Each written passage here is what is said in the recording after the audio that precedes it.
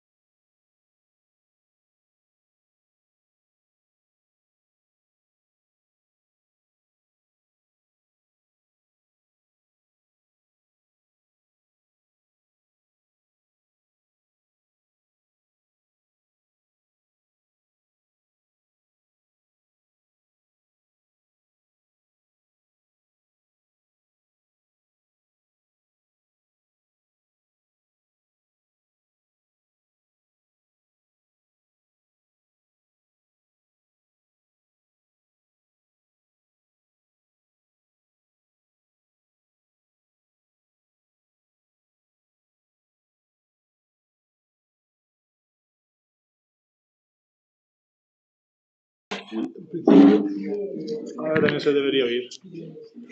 Ahí ¿Es eso? Sí. Sí. Sí. En la primera parece que hace algo raro, pero...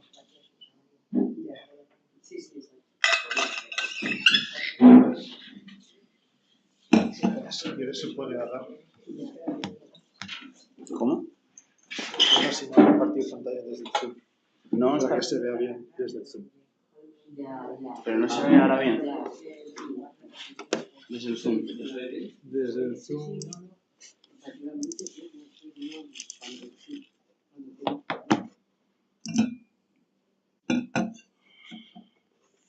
Así en principio se ve bien todo.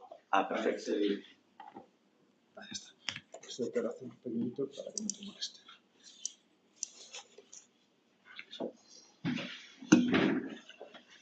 Okay. Good morning, everyone. Welcome to a new astro-seminar. Today we have the pleasure of hosting Iker, Millan, and Irigoyen. Many of us are lucky enough to collaborate with him in several projects. Iker carried out his thesis and defended it in 2023, and the thesis was supervised by Mercedes Moya, who's here today, and by JWST. He worked on chemical and spectrophotometric models of galaxy evolution. Today, Iker is going to talk about new high-resolution synthesis models. At present, Iker is working as postdoc in the Max Planck Institute for Astrophysics, and I'm sure his talk is going to be very interesting for everyone. Okay, Iker, the floor is yours. Thank you very much. Good morning, everyone, and thanks for hosting me here. Today, I wanted to talk about the new HR-pyPopStar synthesis model and how I use them to study the properties of dwarf galaxies. Okay, yeah. So there are a great amount of low-metallicity stellar populations in the universe, either as the remnants in massive galaxies such as spiral galaxies as the Milky Way, or elliptical galaxies, or either in very young low-metallicity stellar populations that we are finding in JWST. So it's very important to have like stellar population synthesis models that are able to reproduce this huge amount of variety that we have in the galaxies, either in very old populations that we found, or in the things that are found in high redshift. In order to do that, we need to create synthetic models of stellar populations in order to analyze and obtain the star formation history, chemical and seismic history, stellar mass, and with those we can obtain mean age, mean metallicity, either weighted by mass or light. So first, how do we do the synthesis of stellar populations? We need first to create a simple stellar population. Simple stellar population is an abstraction that we made that all stars from one cloud are formed at the same time from the same composition. So instead of having to have very complex numerical simulations that take into account all the stars that are there and follow all the evolution of every star individually, we can trace them back as a whole family of stars that have, and that ends up making our models far more with far less free parameters, such as just with chemical abundance and the age and some of the initial conditions, such as if it has rotation or not, if it's in binaries or not. With very few parameters, we can compute the population since it's just birth until the present day age of the universe. Yeah, and we can use this as we can imagine them as the building blocks for the stellar population of a galaxy. As in the end, like all the stellar population that we found in all the galaxies can be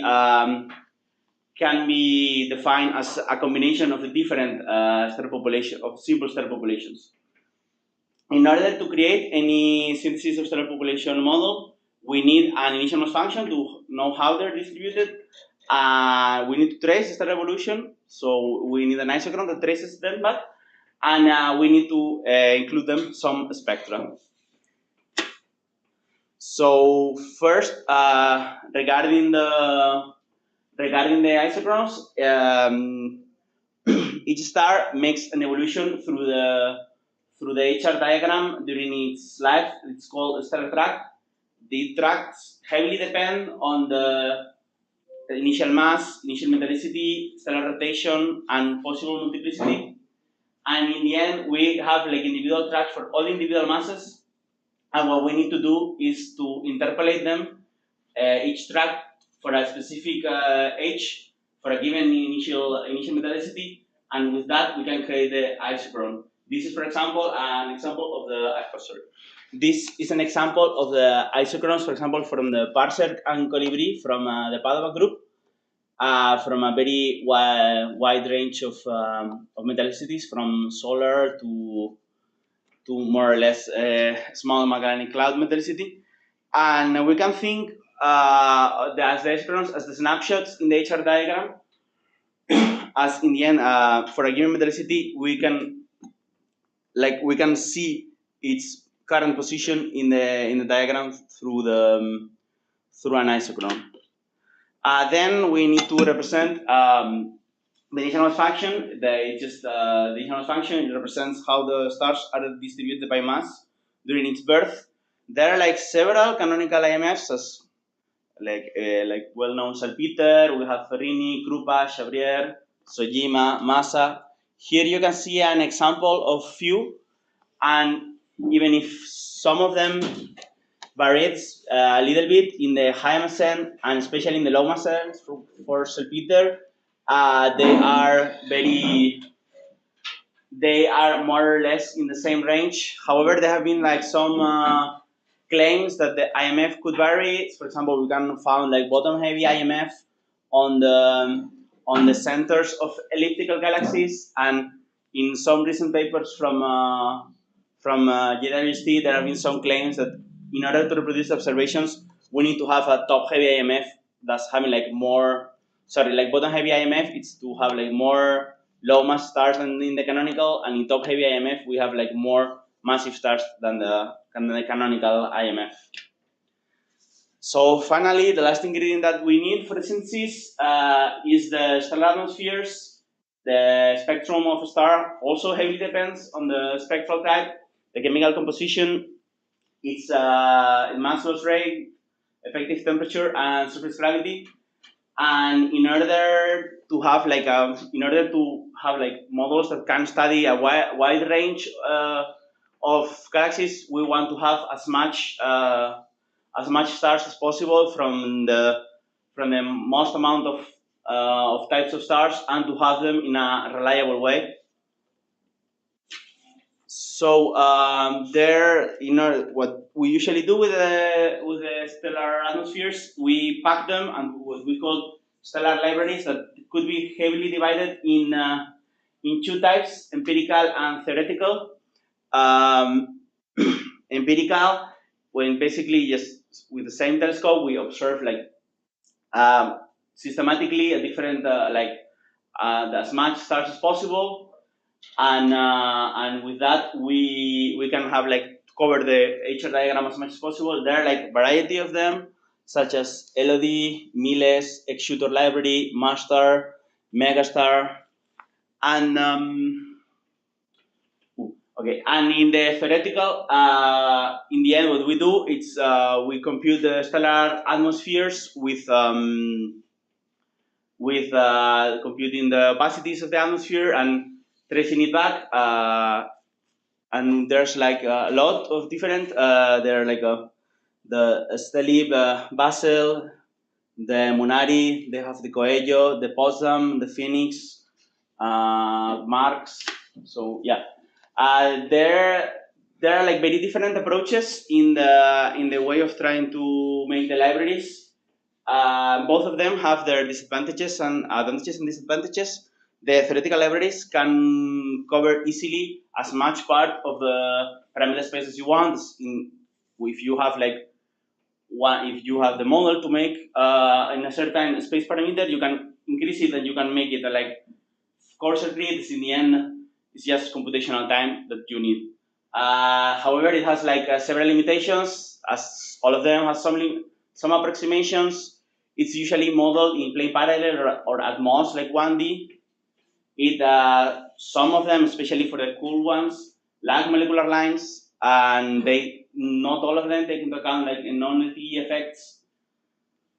However, in the opposite side, in the empirical libraries, are more accurate. Because in the end, we're having like we're measuring directly the stellar atmospheres. And in the end, if they're like making a coherent way and with very good flux calibration, they're the best that we can have in order to have the most accurate spectra. However, they're like very limited to the stars that we can see. So in the end, especially in the low metallicity environments, we like some types of stars, especially like some massive that in the end make very difficult to have like young populations for low metallicity with empirical libraries. So in the end, in order to, once we have all these ingredients, what we need to do to compute the spectra of of an SSP of a given age of metallicity, what we need to do is integrate all the fluxes that are included there for a given metallicity and a given age, and just integrate it through all of them through an IMF.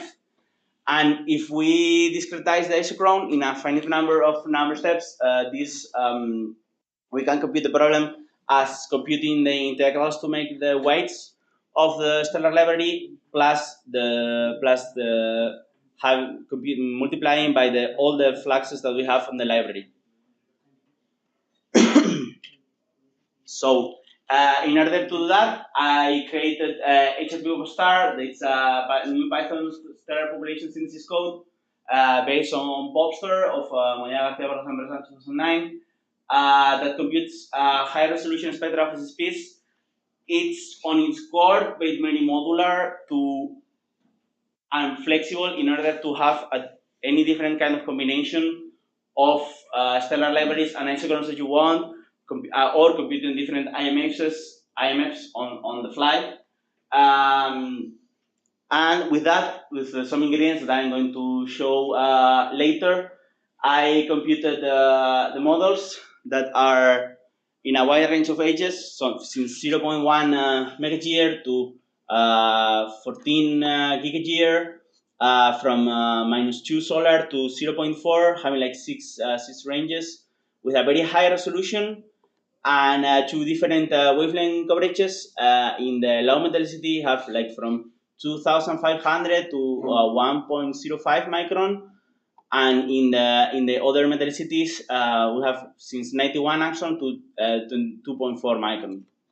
The models are available here in the Fractal webpage, so it's easy to download, and you can communicate if you want any other kind of combination of tracks and libraries. I'm very open to collaborate.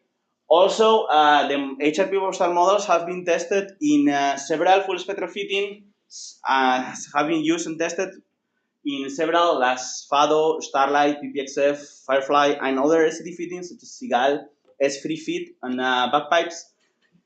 For the Fado and Starlight, the configuration files are also downloadable in the same webpage as the one in the same one as the models. So you can download the models and download the configuration files. So you can be like doing the SD fitting in like full spectral fitting in a moment. So for the ingredients that I use for this public release, we had the isochrones from the Podograph group. We computed for four IMFs for Salpeter, Ferrini, Krupa, and Chabrier. And I use 4 types of star libraries. First, I use for the coldest stars, I use the Phoenix library. For A to K, I use the Coelho one, Coelho 2014, or Munari 2005. For the spectral type O and B, I use the Paulson-Wolf-Rayet group ones. For Wolf-Rayets, I also use the Paulson-Wolf-Rayet ones. In the new release that they made in spring the past year, that they include more with more metallicity, so they have up to 1 divided by 30, like approximately 1/3 of solar metallicity. And for post-AGV and planetary nebulae, I use the RAF 2003 models. So how does the code work? Yeah, in the end, we have some. So we have like the code has like 3 input parameters: the IMF, they can be like pre-computed, like the one that we have, or they can be like selected in a specific range that the user wants. It has like some edges and metallicities, and it just reads the isochrone, the library, and the auxiliary atlas to make the calculations faster. In the end, it checks the mass loss rate that it has, and if it's negligible, if the atmosphere still have a lot of hydrogen, it's making the assignation purely characterization by effective temperature and surface gravity, making the nearest neighbor. And if it has a very strong mass loss, it makes a special Wolf-Rayet star assignment that I'm going to explain in a moment. And this basically iterates until it has until it runs all the isochrones, and it just integrates all the spectra. So Wolf-Rayet stars are very special type stars that in the end there's like end of the life of the massive. Some of the massive stars, in the end, if they have very strong mass losses, they begin to remove layers of the atmosphere until they effectively remove, and they have like no or very little hydrogen in the atmosphere. They're characterized by having like strong emissions of carbon-2, a very high ionizing species such as carbon-4, carbon-3, nitrogen-3, nitrogen-4, nitrogen-5, helium-2. But this is when we observe them directly in this image, such as this Wolf-Rayet 124. However, this is like very ideal with stars. If we have unresolved star populations, we don't see the individual lines. We have the so-called bumps. We have the blue bump, approximately in the area of between 4,655 and 4,755, and the red bump that is from 5,750 to 5,850 angstrom. What ends up, as you've seen here, this creates a very complex structure, and it's not easy to define things in Wolf-Rayet stars, such as temperature or surface. So in the end, what happens is that the information that's given by the stellar tracks, it's not the same to the one that we have in the atmospheres. So we need to characterize them in a different way.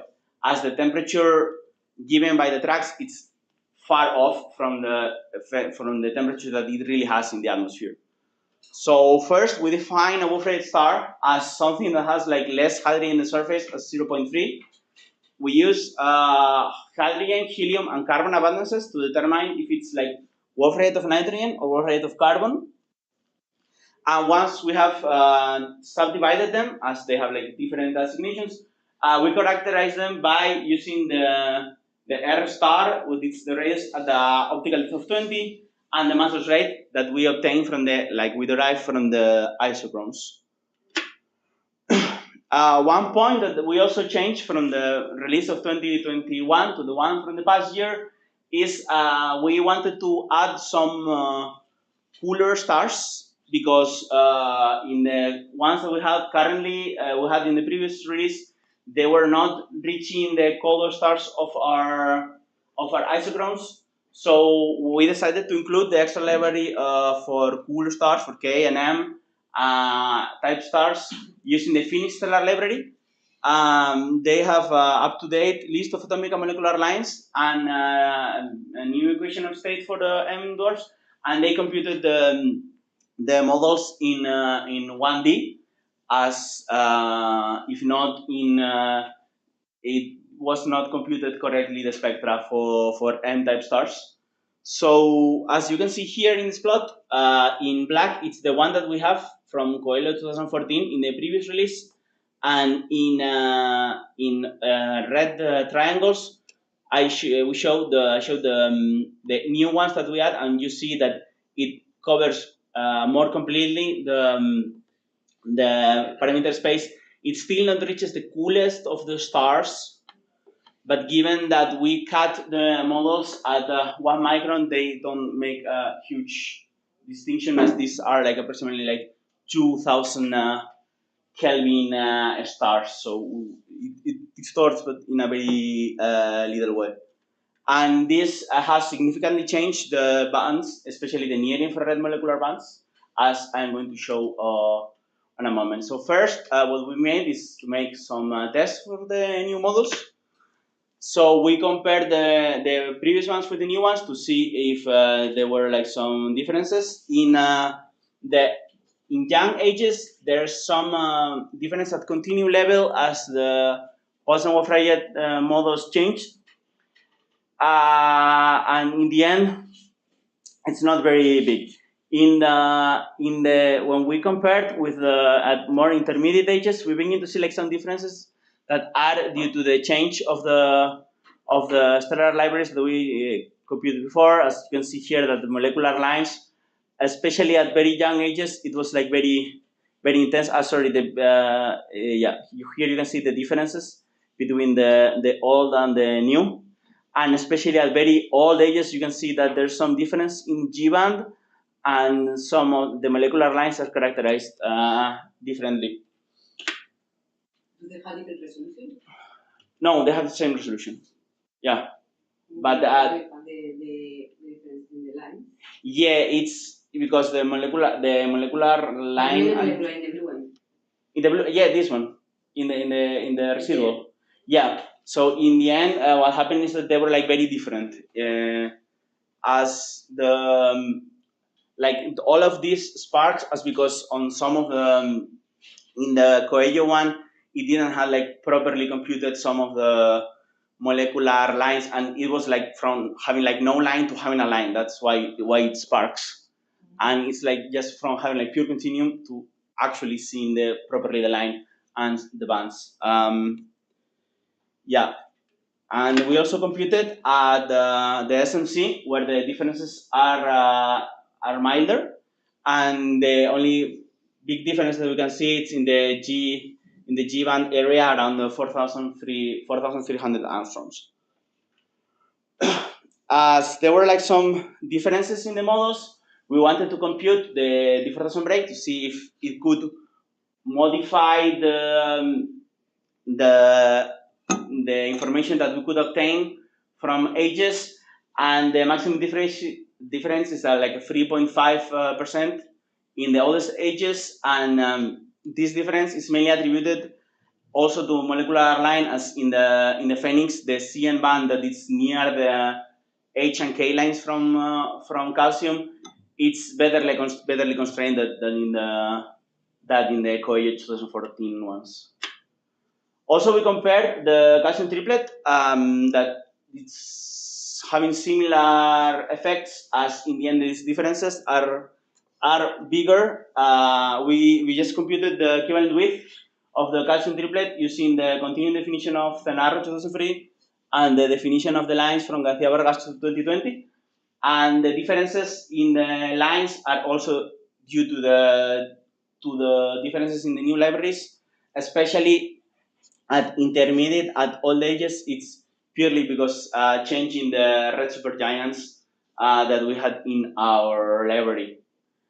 And also, there's some substantial difference in the newest, as the Paulson-Wolf-Rayet changed substantially the models in the near infrared from the old to the new ones. So also we computed the differences in magnitudes. In general, they have the biggest differences is in the young, but it's always like reaching 0.1 dex at most, around. Depends on the specific band, but all of them are almost around 2 megayears or so. That's where the differences between the hot models are the biggest. Sorry. So we also computed the same one as at SMC, and we can see that the differences are negligible. So that is a good sign that when we go to the lowest metallicity, so that's what we wanted to make the expansion.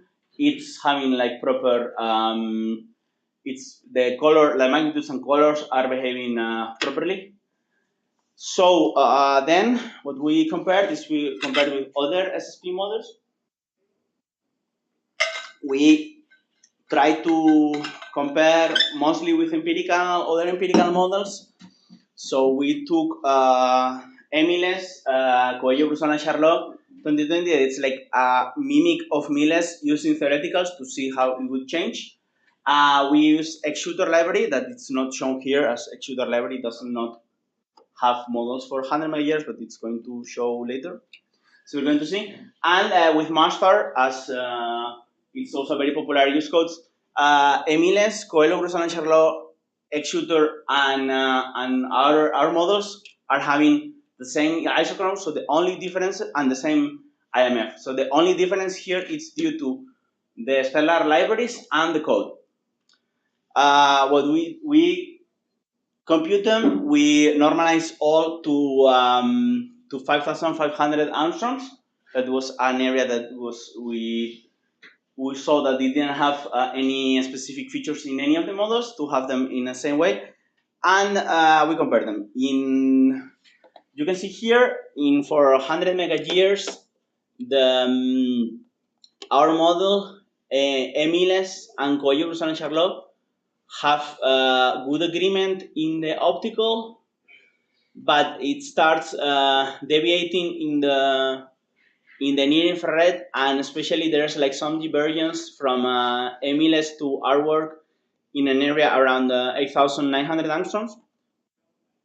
And in MaStar, the differences are more notable, but this could be easily explained by using different tracks. As in the end, MaStar uses Geneva. I think this is the Geneva from Mainnet and Maider, not the cyclist ones. And the rest are used in Padua.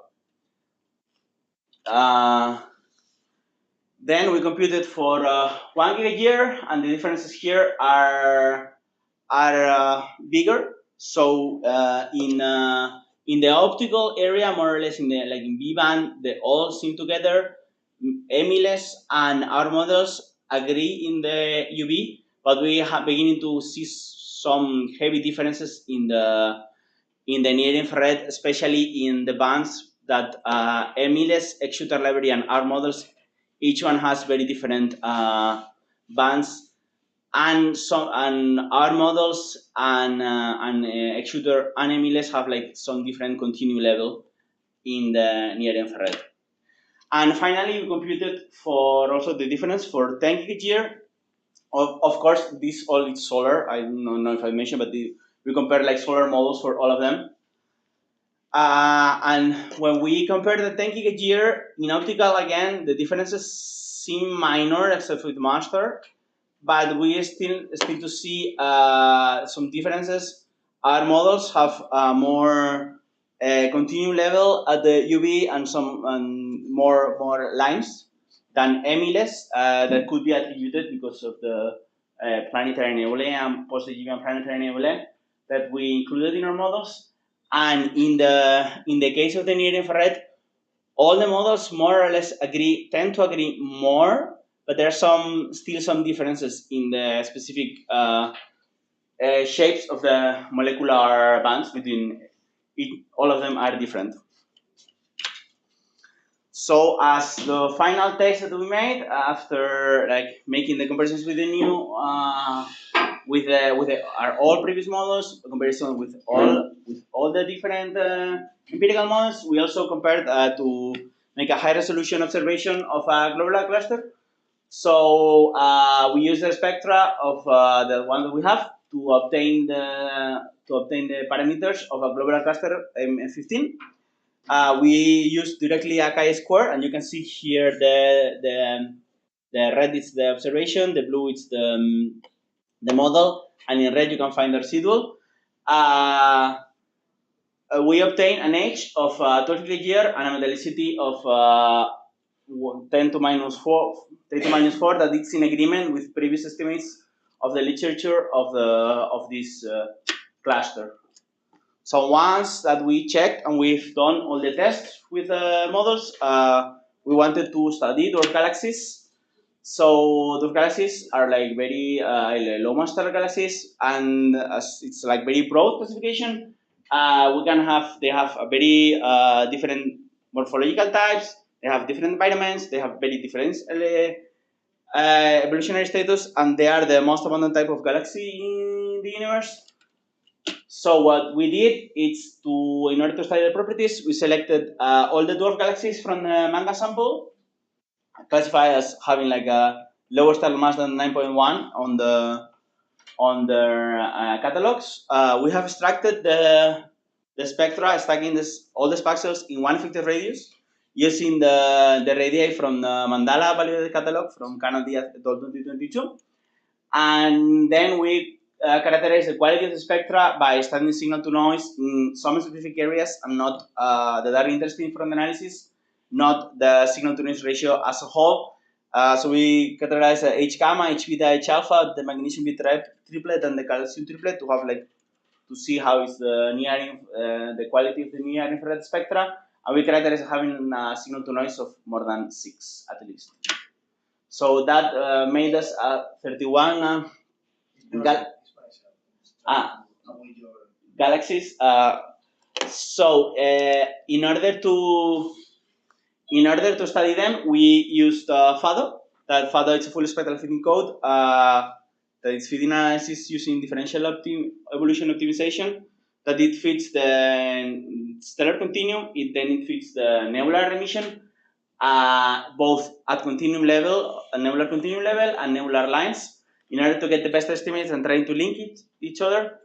It uses a scheme to try to explore a genetic algorithm scheme to explore the parameter space of the H metallicity. And we use these models, these new models, including the low-metallicity extension, as the basis for the code. So we run the code 10 times in order to avoid any kind of fake local minima. Then we make the mean of them, the mean of all the results, of all the SSPs that are the results, and then we make the mean of them. We obtain the stellar mass and mean stellar metallicity weighted by light. You can see here our results in blue in comparison to other works that have been studied that studied different type of dwarf galaxies, from general SDSS from Galaxy 2005 to Kirby that tend to study dwarf spheroidals. As Panther, there's an extension to having lower masses. Then there are some others that try to study individual stars inside dwarf galaxies, such as Kruditsky 2016 or Sahid 2017. And then we also have the Sextil 2023 that had in general, for all other galaxies and their star-forming galaxies. The galaxies from our sample have high star formation rate, and they follow similar trends to other star-forming dwarf galaxies that we found, even though we have some dwarf galaxies that don't have much star formation, and they tend to have to be in the lower end this shows the dispersion that the dwarf galaxies have and the difficulty to study them. So as we also had we took the effective radii from Canon Diaz et al. We also compared directly with them as they also took the maps that the Sanchez 2022 made and extracting from the information of one effective radii that they have. We compared the results 1-to-1. We tend to have higher metallicities than them, but higher dispersion, especially in the lowest mass range. You can see here from the star-forming galaxies are in blue triangles, and the passive galaxy that we have is here in cross. And here you can see the mean age weighted by light to the stellar mass, where we tend to have similar ages for weighted by light for the high mass, but in the lower mass we tend to have older populations than Canon 2022. So then plotting them in an age metallicity diagram, we found this. We found two distinct populations, like one that tends to have to be like younger and have like higher metallicities, and one that has like older and having like lower metallicities. Whereas they found like some intermediate mass metallicities here.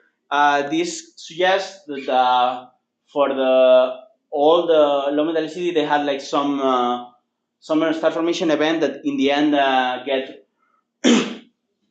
get very catastrophic quenching that stops the star formation rate, whereas the other that have like younger mean ages, they continue forming the stars, and they are having like tend to have like higher metallicities than the rest.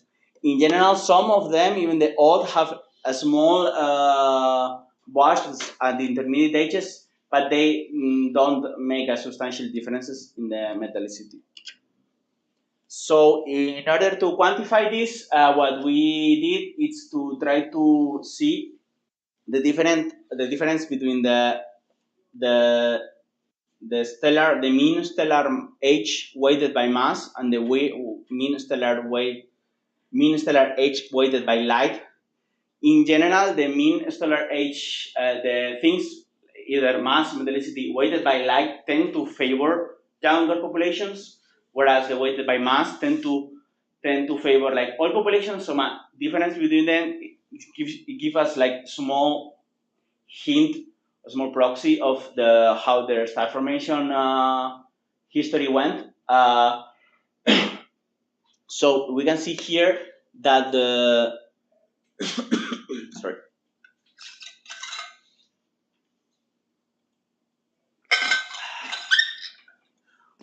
Yeah, we can see here that the youngest population by mean light, they have a high difference. So they had like a very old, old population and a young population, a very recent young population.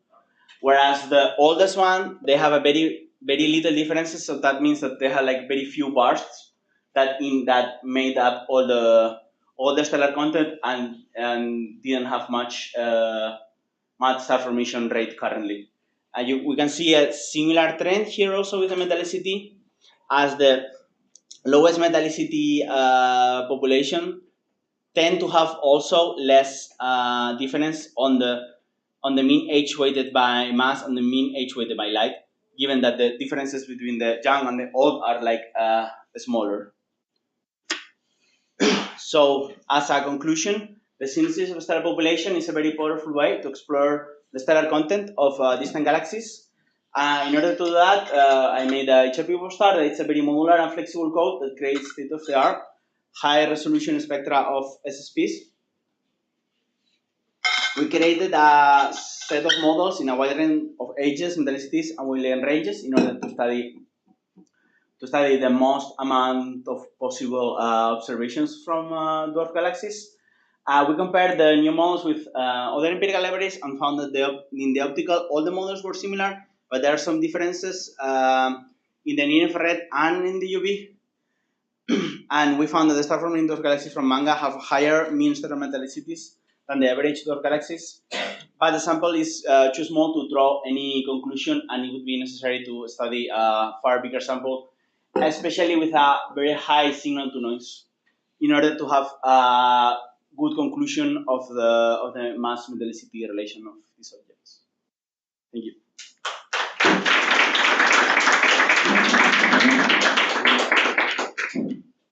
Thanks a lot, Iker, for the interesting talk. Now we have enough time for questions, comments. Thank you very much.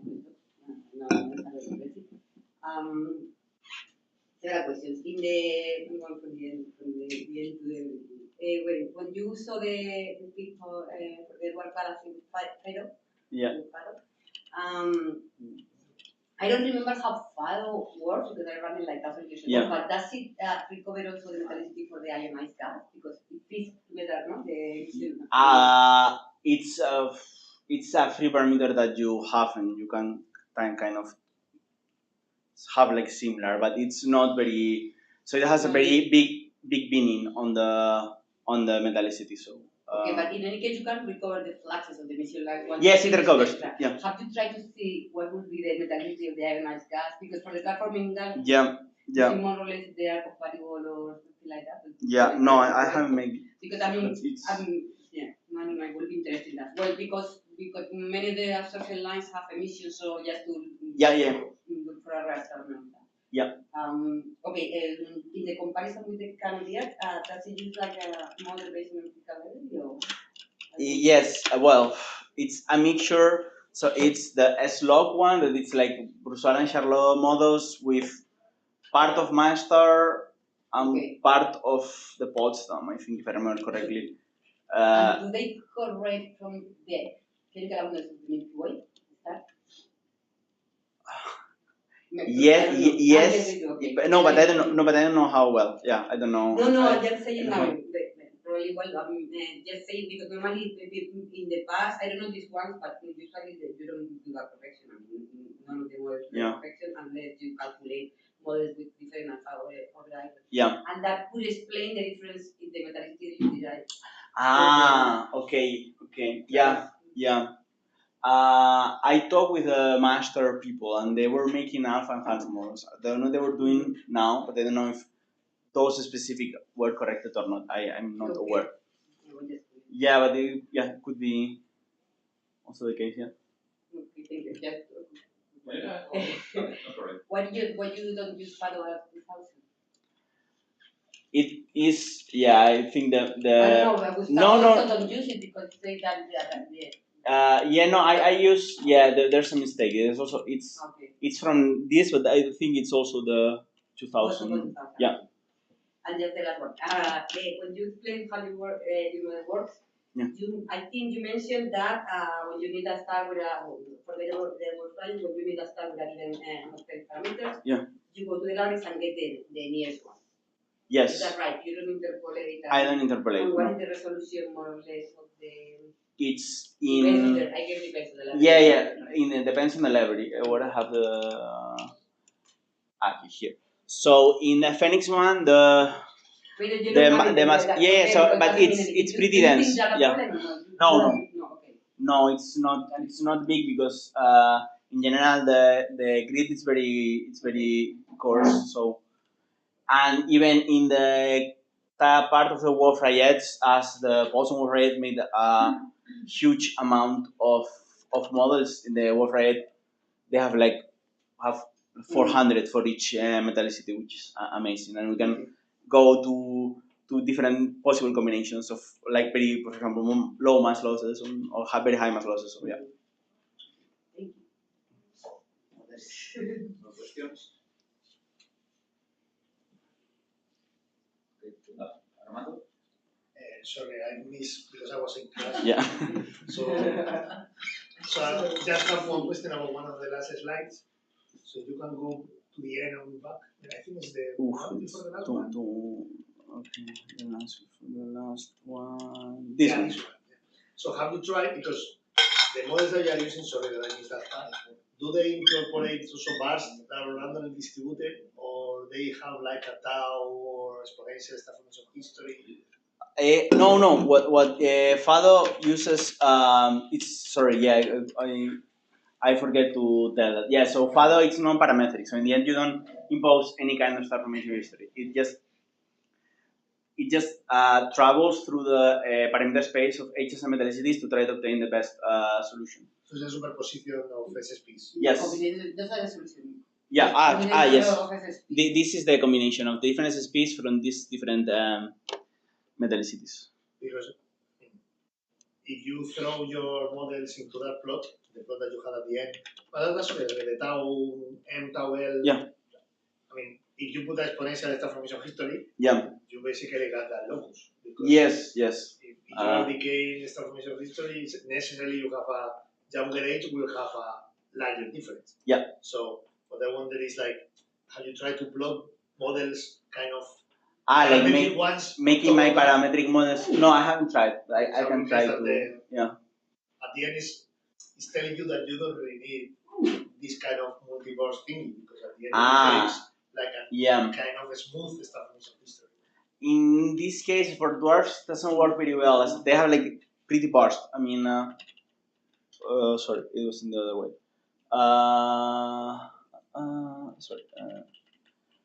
You can see in the Fado feed that it's kind of bursty, and this is actually like the most crazy one that has like most amount of parameters. But in general, it's not like well defined by like burst and exponential decay. Even the oldest ones, some of them have like some revival on at intermediate ages, like 100 many years or so. But I think if you can really change much the difference between the two, having an age that is old.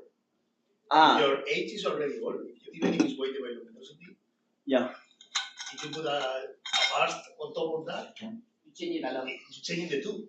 So it changes a lot, yeah. Yeah, but you cannot populate, even with the fancy models, I mean, with these kind of burst models, maybe you cannot populate the upper right corner of that plot. Yeah, never. Your luminosity weighted is going to be always younger than the one. Yeah. I mean, whatever you try there, I don't think you will reach, even with the Fado model with this burst, I don't think you can reach the upper right corner. In the sense that the correlation might be just how the two properties evolve together in even an SSP. Yeah, exactly. But it tells you, it gives you an idea of the amount of young population that you have. Yeah. The fraction of the population. But already one of the parameters tells you that. You don't need to compare the two. No, you have the luminosity weighted. You can have a luminosity weighted with a lot of JWST or with a bit of younger stars and another population. And that gives you an idea of the fraction of younger stars. The thing is that, I mean, there was one thing done in the dwarf, which is this, like, I don't know how it's called, something that then is introduced in the paper, the time between bursts. Yes, okay. So that number might be there in the spread of that relation. Yes, okay, I understand. Yeah. Yes, so you could somehow parameterize with like two bars and different between the bars and the size between the bars. But that's already including like some extra parameters that No, it will be interesting to see how that will be populated with the two bars and with the that might be there. Or with a parametric star formation history to see if you can infer something about the stable star formation history from the that would be interesting. Any more questions? I have a general one. Okay. You mentioned at the beginning that the models depend on IMF, isochrone, and stellar libraries. Yeah. Which ingredient do you think, based on your experience, is bringing more uncertainty in the model predictions?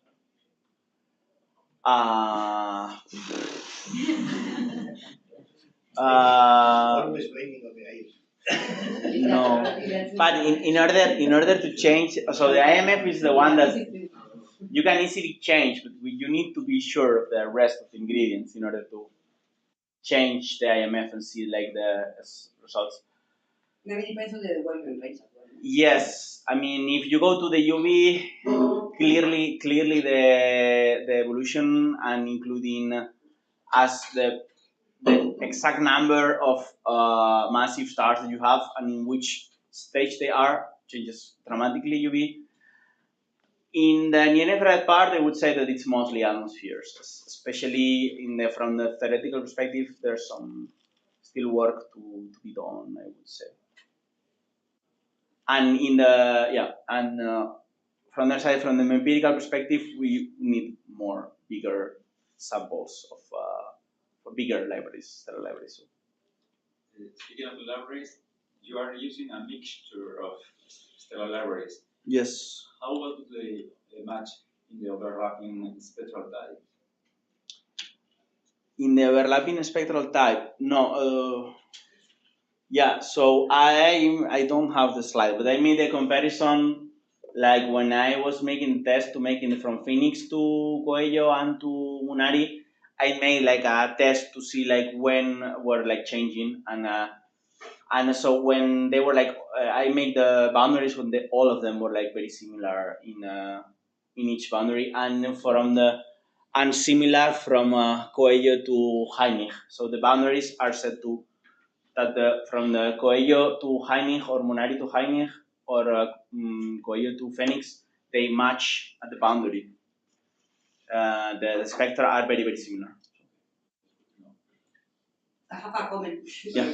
Just so you correct it for the next one. Stellit is an empirical line. Yeah, I know. Yeah, I realized while I was talking. Yeah. I know. Yes. Yeah. Type. Yeah. More questions? Comments? Is there anyone connected through Zoom that wants to raise any question? Yes, there is someone that No. Say hablando. Ourselves. But before you say hablando, I need to see I don't know. Open the volume in your computer. No, it is. They go to us. Okay. Nobody's wishing. No. Okay. If there are no more questions, let's thank Iker again for his presentation.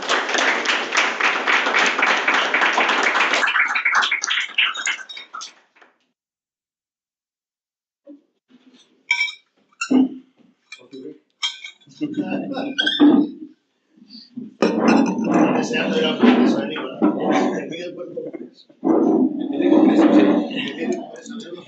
Muchas gracias. No sabía que teníamos con el tema de las galaxias pequeñitas. Sí. ¿Cuándo? Ya, sí.